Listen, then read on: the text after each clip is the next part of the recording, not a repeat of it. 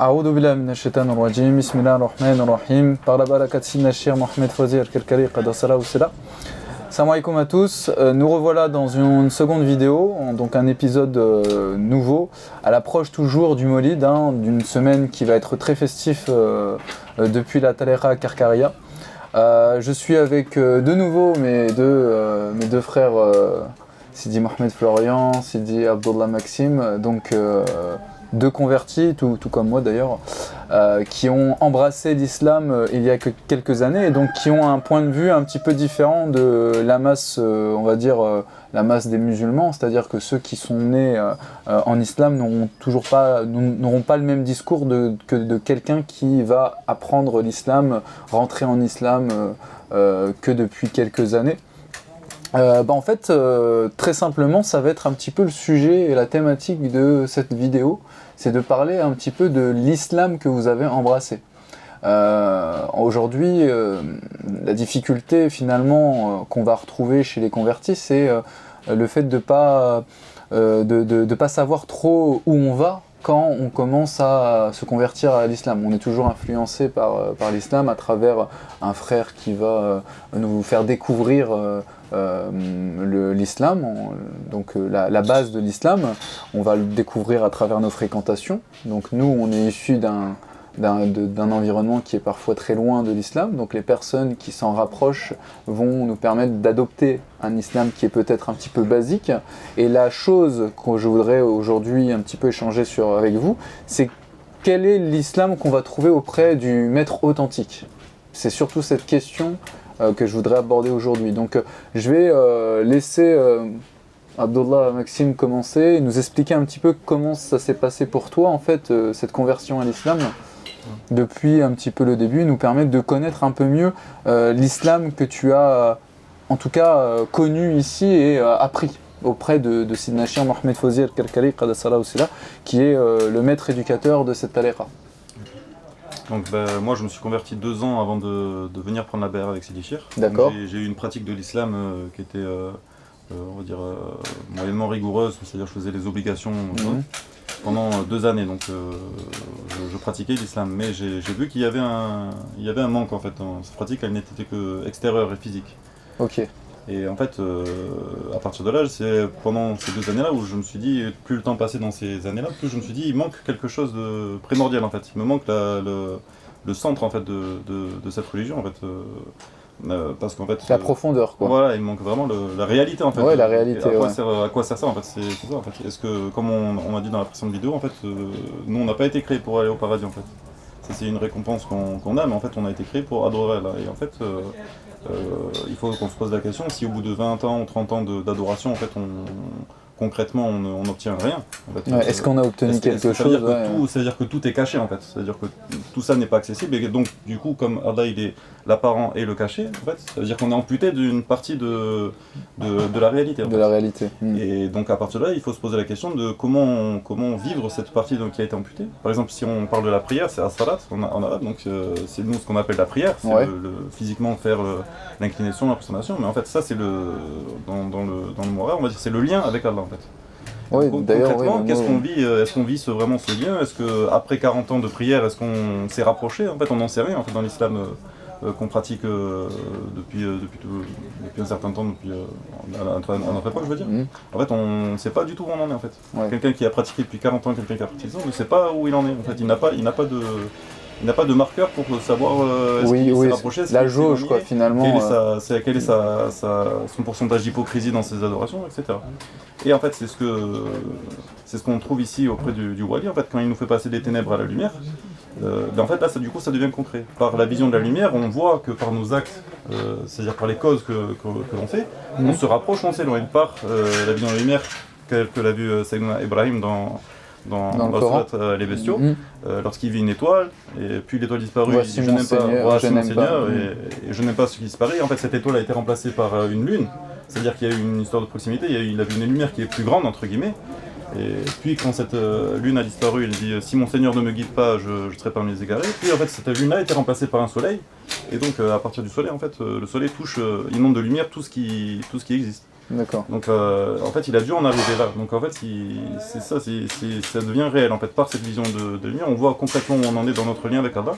Et donc, je n'ai créé les djinns et les hommes que pour qu'ils m'adorent. En fait, on voit concrètement où on en est. Ok, donc finalement, en fait, l'islam que tu as embrassé 2 ans auparavant, avant de rencontrer Sidi Chir, c'était peut-être un islam qui était dénué de spiritualité. Ouais, c'est ça, exactement. Ouais. Et donc la spiritualité... Pour moi, ce n'était pas concret, en fait. D'accord. Donc finalement, la spiritualité, elle ne peut que apparaître à travers quelque chose, à travers la lumière qu'on a. Donc toi, ça s'est passé un petit peu... C'est exactement la même chose, ouais. Je voulais rebondir là-dessus justement, parce que moi c'est à peu près le même cheminement, c'est-à-dire que j'ai commencé par lire le Coran et j'ai senti que c'était la vérité. D'accord. Et que forcément cette religion-là était celle à suivre obligatoirement, il n'y avait pas d'échappatoire. Mais en même temps, j'ai commencé à pratiquer et un vide énorme s'est installé dans ma pratique. Le ramadan, les prières, etc. Je dis, je fais ça, mais c'est pas ce que je recherche. Ce que j'ai ressenti en lisant le Coran, je veux ressentir la même chose tout le temps, c'est-à-dire la présence de Dieu. Et avec ce vide, en fait, dans ma pratique, je sais que je me suis dit ça, je sais que c'est la vérité, mais en même temps, il y a ce vide-là, donc il y a un problème. Il faut que je résous ce problème-là. Et ce problème-là, j'ai commencé à faire des recherches, du coup, parce que je me suis dit, j'ai trouvé ça, mais je suis pas encore arrivé. Il faut que je fasse des recherches. Okay. Et je commençais à lire des livres de soufis, des poèmes des soufis, et je vois avec étonnement que les maîtres soufis parlent de présence, parlent de vision, parlent de goût, parlent d'expérience.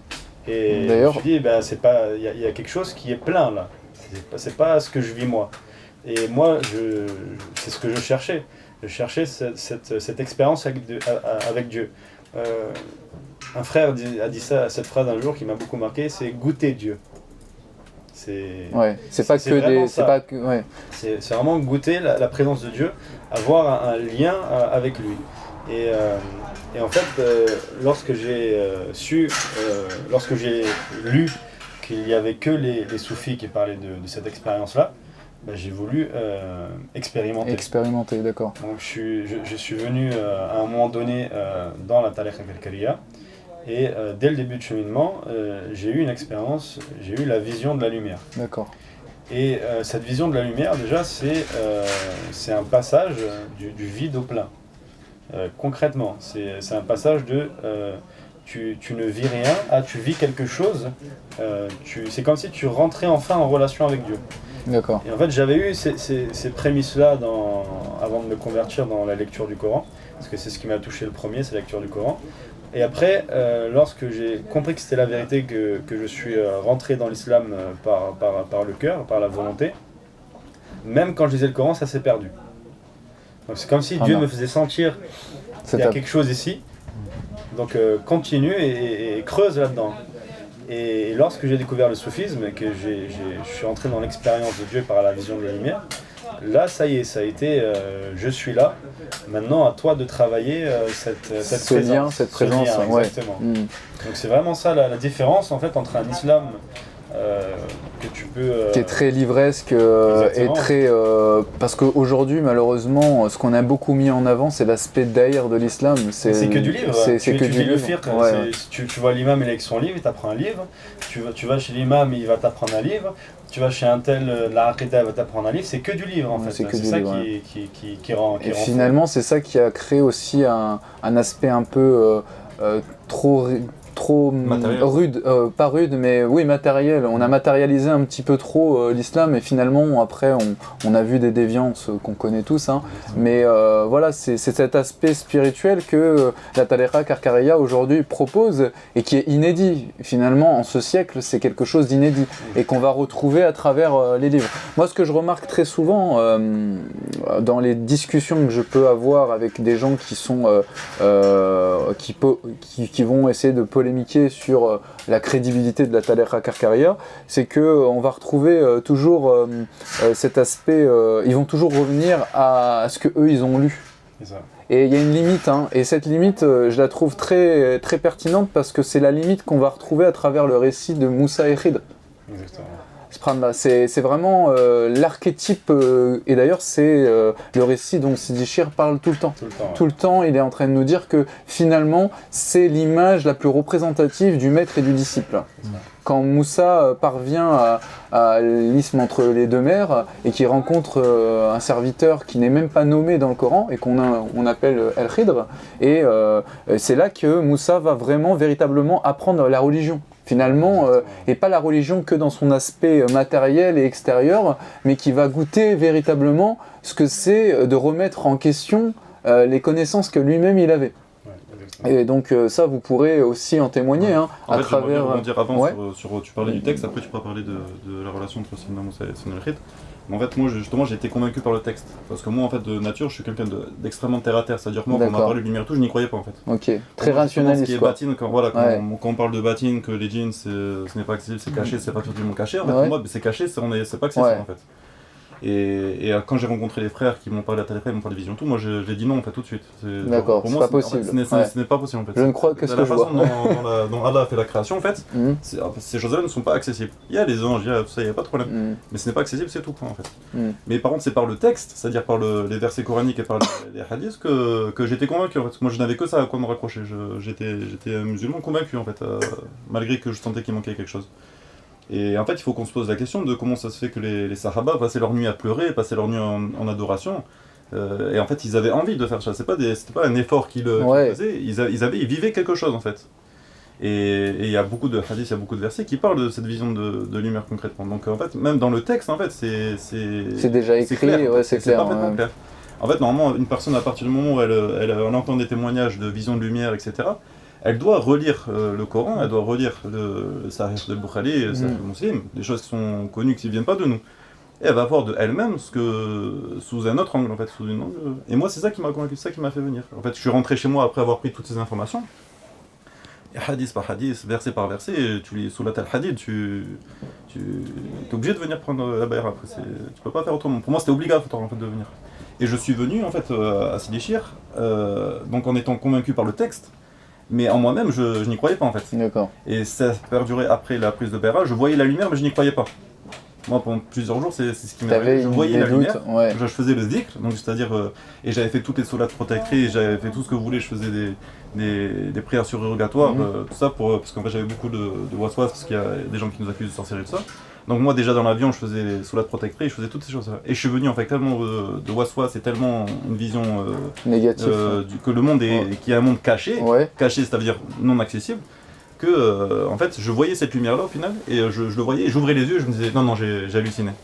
Et je reconduis comme ça, et je suis resté plusieurs jours comme ça, et en fait au final c'est une conversation que j'ai eue avec Sidi Chir qui m'a sorti de ça, et en fait après ça a été... D'accord. Mais en final les textes ils sont clairs, le Prophète il nous a transmis à tout ce dont on a besoin, et c'est juste qu'on n'a pas la science infuse, mais tout a été transmis, celui qui cherche va comprendre.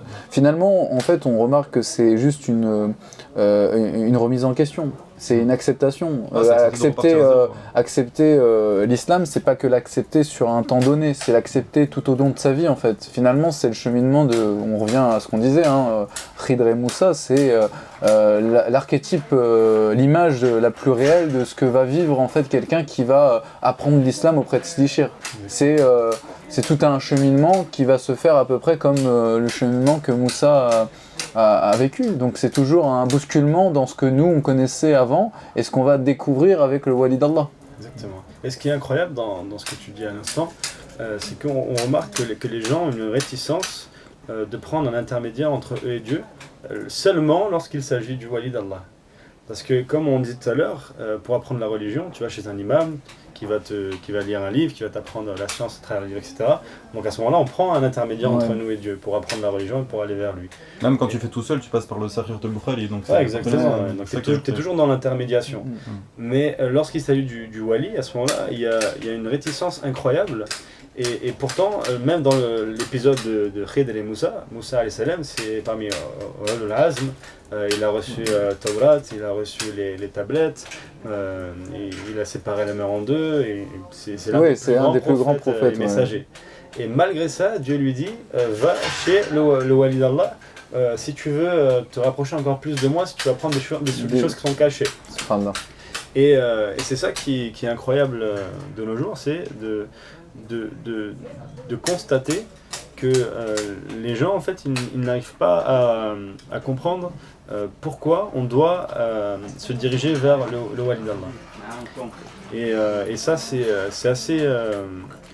ça se voit vraiment lorsqu'on parle autour de nous aux personnes qui nous côtoient, etc. Lorsqu'on leur parle de se diriger vers quelqu'un, à ce moment-là, il y a une certaine réticence. Et pourtant, c'est lorsqu'on revient au texte... Ce qu'on nous accuse la plupart du temps, c'est le shirk, le fait d'adorer le shir, alors que finalement, c'est de l'incompréhension totale. Ça a toujours existé, la médiation entre Dieu et les hommes. Lui-même, le prophète, l'a fait, c'est-à-dire qu'il a été une passerelle entre... le monde et le divin, quoi. Ah, mais lui-même, professeur Mohammed, il y a eu Sayyidun Jibril qui est descendu à lui, en fait. Oui, exactement. Malgré que ça soit lui le joyau de la création, en fait, il y a eu Sayyidun Jibril entre lui et Allah dans un premier temps, etc. Sayyiduna Moussa, il a tout abandonné, parce que c'est pas qu'il est en train d'éduquer son peuple, en fait, à ce moment-là. Il a abandonné pour partir voir ce serviteur qui avait une science, en fait. Il a pas... C'est ça la fête de la nature saine, en fait, c'est de tout abandonner pour ça. On a été créé pour ça, en fait. Et en fait, les gens, c'est ce que les gens refusent maintenant en nous accusant. En nous accusant que finalement on perpétue la sunna et on nous reproche. On peut même pas, on n'est pas obligé de citer prophète sallallahu alayhi wa sallam avec Sayyidina Jibril. On peut citer Moussa avec Shoaib, alayhi salam. On peut citer Moussa avec Aaron, qui s'est occupé du peuple des Bani Israël pendant l'absence de Moussa, mais qui était sous l'ordre de Moussa. En fait, finalement, la nation de maître, la relation maître-disciple et l'inculcation d'une tradition, elle vient toujours par le biais d'un homme qui va transmettre des informations à un peuple. Exactement. Donc, mais ce qui est important de comprendre aussi, pour revenir au sujet principal, c'est quelle est la différence en fait entre un islam commun, lambda, de Monsieur Tout-le-Monde et l'islam qu'on a découvert ici dans la tariqa. Ce qui est important de comprendre, c'est à partir du hadith du wali, je suis la vue par laquelle il voit, l'ouïe par laquelle il entend, la main par laquelle il saisit, le pied par lequel il marche. C'est que le wali, il est inspiré, tout simplement. C'est une inspiration directement divine, qui vient de Dieu. Et en fait, toutes les questions que tu peux te poser, parce qu'il n'y a que de la divergence dans la religion, au final. Il y a la divergence dans les madhahib, il y a la divergence dans les croyances, tout est divergence. Et c'est une miséricorde. Oui, bien sûr. Mais si tu veux rentrer dans l'essence, certitude, au final, dans l'essence, dans le repos de l'âme, c'est la certitude, d'être sur le bon chemin, d'être dans la bonne croyance, d'être dans le bon acte, etc., où tu vas recevoir la satisfaction de Dieu, le Ridwan. Comme je disais tout à l'heure, tu peux adorer pendant 40 ans, mais tu ne connais pas ton taux d'hypocrisie, tu ne connais pas ton taux de certitude, tu ne sais pas si tu vas aller au paradis, si tu vas aller en enfer. Mais là, justement, en fait, dans le soufisme, avec un maître spirituel qui est inspiré, tu as cette réponse-là. Parce qu'il est l'ouïe par laquelle il entend, la vue par laquelle il marche, la langue par laquelle il parle, aussi dans certaines versions. Donc la langue par laquelle il parle, en fait, tu peux tout simplement demander à l'homme de Dieu, au khalifa d'Allah, au vicaire sur terre, est-ce que j'ai la satisfaction de Dieu ou pas? Et il va te répondre oui ou non. Sinon, pourquoi tu ne l'as pas? Donc tu vas savoir pourquoi tu n'as pas la satisfaction de Dieu et qu'est-ce qu'il faut faire pour l'avoir. Si tu l'as, comment y rester et comment augmenter cette satisfaction, cet amour et ce rapprochement. Et c'est ça en fait l'islam vraiment qu'on trouve à la Zawiya, c'est cette certitude que cet homme-là, ce wali d'Allah, est connecté à Dieu et qu'il peut te donner les réponses que tu cherches. Tu n'as pas besoin d'attendre dans l'au-delà, pour être confronté à Dieu et d'être dans une optique où Dieu n'est que dans l'au-delà. Parce que Dieu, le Coran le dit, il est avec nous où que nous soyons. Donc Dieu, sa présence, elle est perpétuelle autour de nous. Elle n'est pas à un moment absente ou à un moment présente. C'est nous qui sommes absents ou présents avec Dieu. Et cette rencontre avec le wali de Dieu, en fait, le wali d'Allah, c'est justement cette rencontre avec Dieu. Pourquoi? Parce que lui, il est connecté à Dieu. Il te donne un lien avec Dieu. C'est dans ce sens-là où tu fais la rencontre avec Dieu. Pas que lui soit Dieu, bien sûr, mais que lui, il ait cette connexion, cette pureté. Et c'est là où on en revient aussi également à la notion de Ahl al-Bayt, les gens de la maison du prophète alayhi salam. Le hadith nous dit clairement, je vous ai laissé deux choses, le Coran et les gens de ma maison.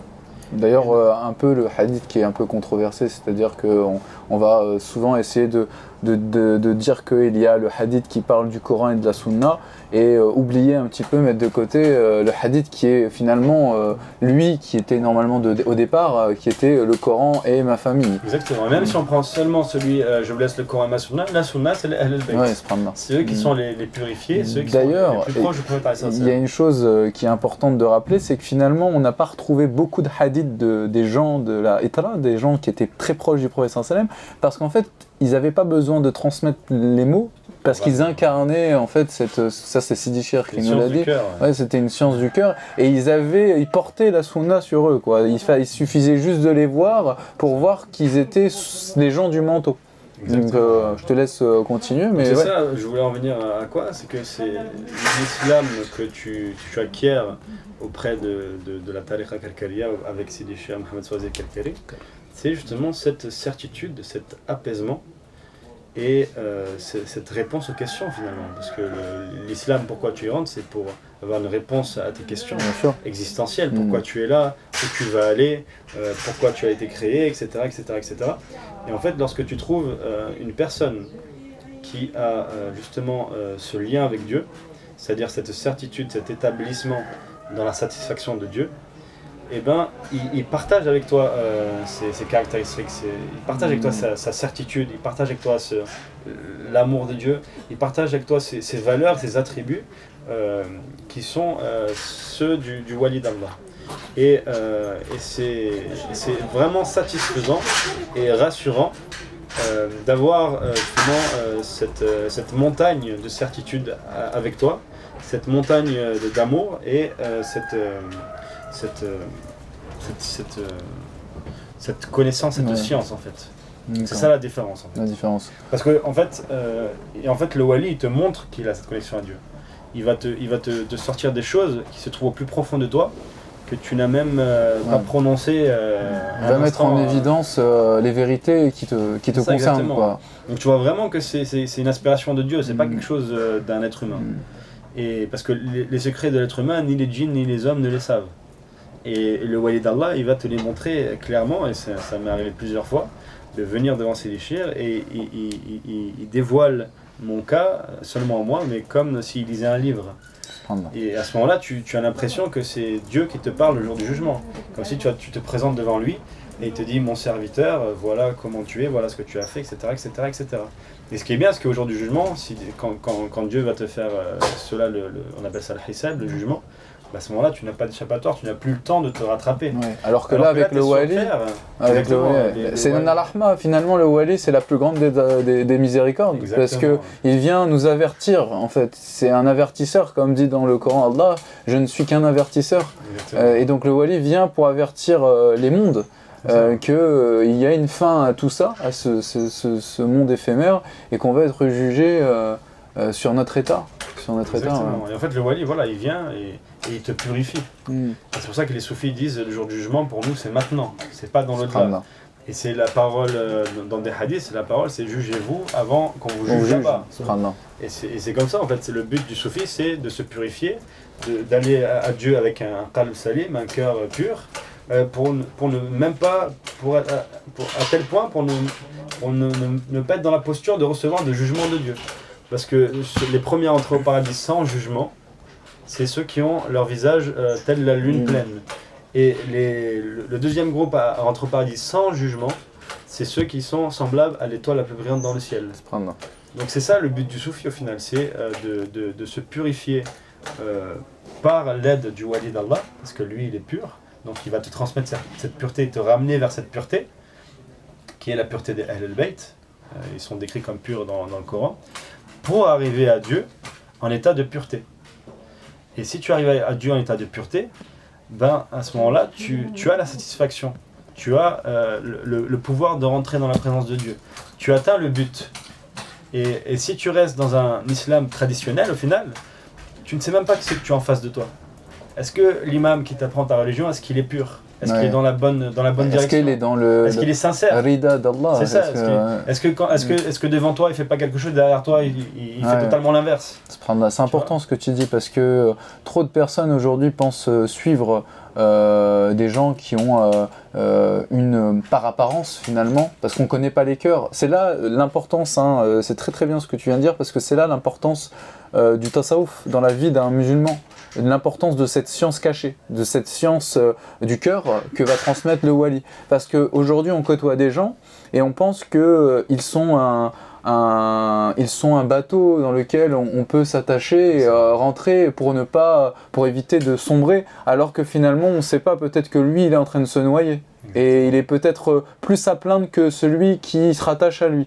Alors finalement, d'ailleurs, il y a un hadith, hein, il y a une parole du professeur sallam qui dit que dis-moi qui tu côtoies, ou c'est peut-être pas une preuve à confirmer peut-être, mais en tout cas, les amis qu'on a sont le reflet de ce que nous sommes véritablement. Donc si tu prends pour ami et confident le wali d'Allah, eh bien pour toi forcément ça sera une miséricorde le jour du jugement dernier. Exactement. Parce qu'il est l'exemple... Même pour les personnes qui seraient un peu fermées à, on va dire, à des expériences intérieures, à des expériences de vision, etc., quelqu'un qui va s'intéresser au côté purement physique, en fait si on revient au temps où il n'y avait pas l'imam Malik, où il n'y avait pas imam un tel et shir un tel, en fait, quand le professeur sallam il parlait de la prière, il a dit priez comme vous m'avez vu prier. Donc toi qui nous accuses de prendre une wasita et de la prendre en adoration, mais toi entre toi, ta prière et la prière du professeur, combien tu as appris de wasita? Tu as pris 1500 ans d'intermédiaires qui ont été transmis. Ah non. Si les chers un jour il s'est assis en face de nous, il a dit lequel parmi vous a vu le prophète prier? Il y a eu un seul disciple qui a levé la main parce qu'effectivement il avait des visions où il avait vu le professeur physiquement en prière. Il y en a un seul qui a levé, donc si a dit pour tous ceux qui n'ont pas vu, priez comme moi je prie, car moi je vois le prophète en permanence. Donc même pour quelqu'un qui veut la perfection juste extérieure, qui ne croit pas à cette histoire du soufisme ou ce qu'on entend, etc., en fait, tu n'as pas le choix. En fait, la meilleure façon, c'est celle-là. Parce que pour ça, prier comme vous m'avez vu prier. C'est pas un test qui nous est arrivé par hasard. C'est pas quelque chose qui ne sert plus à rien maintenant. C'est comme ça. Même pour les ablutions, pour tout. Donc même quelqu'un qui ne veut simplement la perfection extérieure parce qu'il ne croit pas, comme moi j'étais très terre à terre, en fait, même lui n'a pas le choix en fait. Au final. La meilleure façon, la plus simple, la plus directe et la plus pure, c'est de venir auprès du wali d'Allah pour apprendre. Et il ne faut pas hésiter à tout abandonner et à accepter de repartir à zéro. Celui qui ne veut pas partir à zéro, ce n'est que par orgueil. Et c'était pas un petit orgueil, c'est vraiment un très gros orgueil. Finalement, c'est la conclusion de l'étape de Ridre Moussa. Celui qui veut avancer, il doit accepter finalement de remettre en question ce qu'il a appris, ce que la vie lui a inculqué, et peut-être même l'islam qu'on lui a enseigné depuis la naissance. Dans l'exemple de Moussa, parce que c'est Dieu qui lui a enseigné. C'est Dieu qui lui a enseigné, et Dieu lui dit mets de côté ce que je t'ai enseigné et va voir ce que j'ai enseigné à cette personne. Et d'ailleurs, j'insiste parce que aujourd'hui, énormément de personnes s'attachent à des auteurs, on peut les citer, un auteur très très connu, c'est René Guénon par exemple, et ça je l'évoque parce que souvent j'ai des discussions de par mon cheminement personnel avec des gens qui sont attachés à l'œuvre de Guénon, bien que j'ai un grand respect pour cet homme qui a fait des conversions par milliers et qui a entraîné beaucoup de gens dans la vérité. Le problème qu'on retrouve très très souvent chez ces gens-là, c'est qu'ils vont s'obstiner et se bloquer dans les écrits de Guénon, chose qu'il n'aurait pas forcément voulu lui-même, et finalement s'arrêter aux apparences qu'une tariqa va, en tout cas la tariqa Karkaria, on va la traiter on va l'accuser de faire du prosélytisme à outrance, alors que finalement René Guénon a écrit plusieurs dizaines de livres afin de transmettre dans son époque, avec les outils de son époque. Donc finalement c'est un peu contradictoire, et donc tout ça permet aussi de rappeler que la vérité que la personne connaît là aujourd'hui, ce n'est pas la vérité que le prophète sallam transmet, et de par son wali, bien sûr de par celui qui a été élu en cette époque. En fait, c'est toujours une histoire d'initiation. Ouais, d'initiation. Le prophète sallam, il a initié les sahaba. René Guénon, il a été initié auprès d'un cheikh soufi. nous on est initié auprès d'un cheikh soufi. Donc c'est exactement le même schéma, la même chose, et il faut juste accepter qu'il faut être initié, il faut enlever son orgueil, et il faut se mettre entre les mains de quelqu'un qui a la capacité de le faire. Si on veut se faire couper les cheveux, on va chez un coiffeur, si on veut la perfection. Si on veut se faire couper les cheveux par notre enfant de 5 ans et qu'il nous rate une coiffure, ben ça c'est notre histoire. Mais si vous voulez arriver au but, il faut quelqu'un qui soit expert dans le domaine, expert dans la chose. Et c'est là où l'initiation est très importante, et importante pour arriver à Dieu. D'ailleurs, dans le Coran, Allah parle du kalb al-salim, du cœur saint, enfin, et de venir vers lui avec un cœur saint. Et il y a une parole qui est très célèbre dans les évangiles, enfin en tout cas dans la religion chrétienne, c'est la parole qui dit que ne rentrera pas dans le royaume des cieux celui qui n'a pas l'âme d'un enfant. Et je trouve qu'elle est très vraie. Finalement, pour prétendre pouvoir un jour rentrer en présence de Dieu, eh bien il faut avoir le cœur purifié de toute négation et de toute mémoire qui n'est pas celle que nous transmet il faut revenir à la nature saine en fait, de l'homme. Et en fait, ça. Ceux qui manifestent cette nature saine, cette perfection, ce sont les prophètes. Et Sayyidina Moussa, quand il a entendu quand Allah lui a dit non, il y a un serviteur intel qui te dépasse en science, il est parti en fait tout de suite. C'est ça la nature saine. C'est ça l'âme d'un enfant en fait. Si tu veux faire le lien, c'est incroyable en fait. En fait, il a reconnu, et déjà juste le fait d'aller chercher cet homme-là, c'est quelque chose de saint qu'il a fait. Parce que finalement, il s'est dit, il y a quelqu'un qui est meilleur que moi. Donc je dois essayer de chercher pourquoi cet homme-là est meilleur que moi. Donc on voyait les prophètes, bien aimé, exactement. Ouais. Le bien-aimé, on a une relation avec lui. Et s'il y a quelqu'un qui peut nous augmenter cet amour et nous rapprocher du bien-aimé, ben on y va, parce qu'on l'aime, on aime Dieu. Masha'Allah. Tout simplement. Ouais, en tout cas, ce fut quand même une conversation très enrichissante, même pour nous. Hein. Finalement, tout de suite, les plus concernés, ça va être nous aussi, d'essayer toujours de se rapprocher plus, et puis d'essayer d'accepter, parce qu'on est perpétuellement dans ce cheminement entre Khidr et Moussa. On est toujours en train d'essayer d'accepter déjà notre regard sur le monde, sur les choses qui nous l'environnement dans lequel on évolue, nos familles, etc. Toujours chercher le bien à travers ces choses-là. C'est aussi chercher à avoir un cœur plus sain. En tout cas, merci beaucoup Sidi Mohamed Florian, Sidi Abdullah Maxime. Et puis très content d'avoir pu échanger avec vous. Très intéressant, très enrichissant. Et puis ça permettra aussi aux gens qui se posent des questions qui sont légitimes, parce que finalement on est tous arrivés à ces questionnements. Eh bien voilà, il faut essayer de taper à la porte et puis d'accepter surtout que cette porte ne s'ouvre pas immédiatement. Ça c'est important. Il y a une grande partie de patience dans le cheminement. Et puis, Inch'Allah, qu'Allah nous ouvre tous vers la lumière du prophète sallallahu alayhi wa sallam. Allahumma salli ala Sayyidina Muhammad wa ala ali Sayyidina Muhammad, kama sallaita ala Sayyidina Ibrahim wa ala ali Sayyidina Ibrahim, wa barik ala Sayyidina Muhammad wa ala ali Sayyidina Muhammad, kama barakta ala Sayyidina Ibrahim wa ala ali Sayyidina Ibrahim, fi alamina innaka hamidun majid. Subhana rabbika rabbil izzati amma yasifun, wa salamun ala al-mursalin, walhamdulillahi rabbil alamin. Assalamu alaikum.